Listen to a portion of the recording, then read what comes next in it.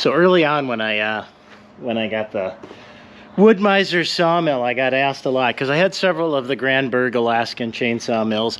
I got asked a lot, like, oh, now that you have a sawmill, I mean, a bandsaw, you don't need your Alaskan mills anymore. You know what? That's just not the case. There's times where it just makes sense to have several tools in your tool bag. So in this particular case, what I wanted to do, this could fit on the sawmill just fine. It could. We're sitting at 36, let's check it, 36 inches, I do believe. No, not quite. 35 and a half.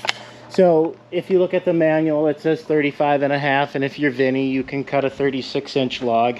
But 36 would fit on here, but there's, if you see how I have it over there, just kind of propped up on that little thing, I would have had to balance that in there. Now, people say you also needed a hydraulic sawmill. Well, that's what that is. So that's a hydraulic sawmill addition right there. So I can move big things around and I don't have to just use the cant the whole time.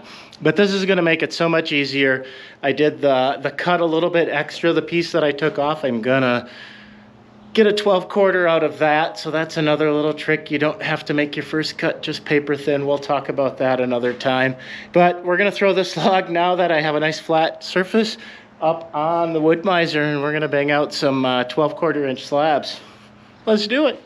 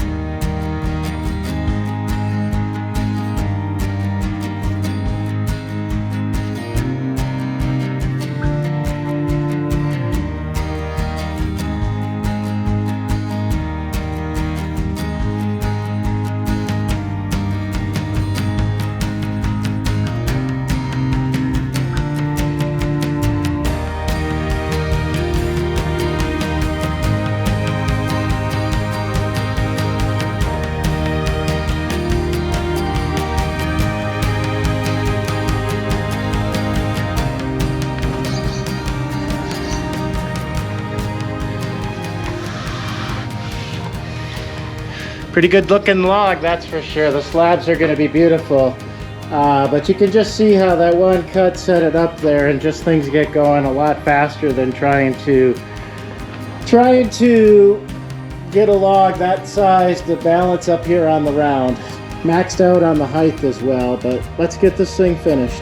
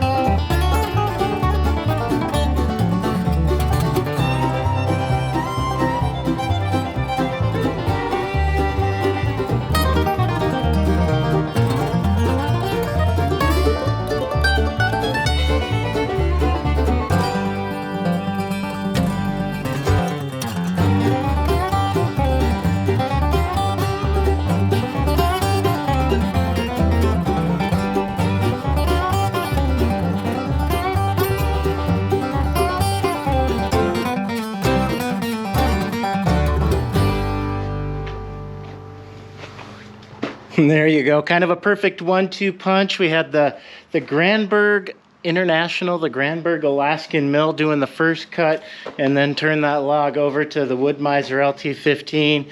And we banged that one out pretty quick. We got it all stacked up on a slab skid. There's a card up there. You can find out a little bit more about the slab skids and how I make them. And then I'll do the compression pallet for the top tomorrow, and we'll get this one all strapped up and out to the wood drying thing. But hey, that worked out pretty good. I don't even know. We got a lot of logs to get through, so we got a couple special logs coming up here. That's why I took a little time, got a little bit more cleaned, and I wanted to get this one out of here.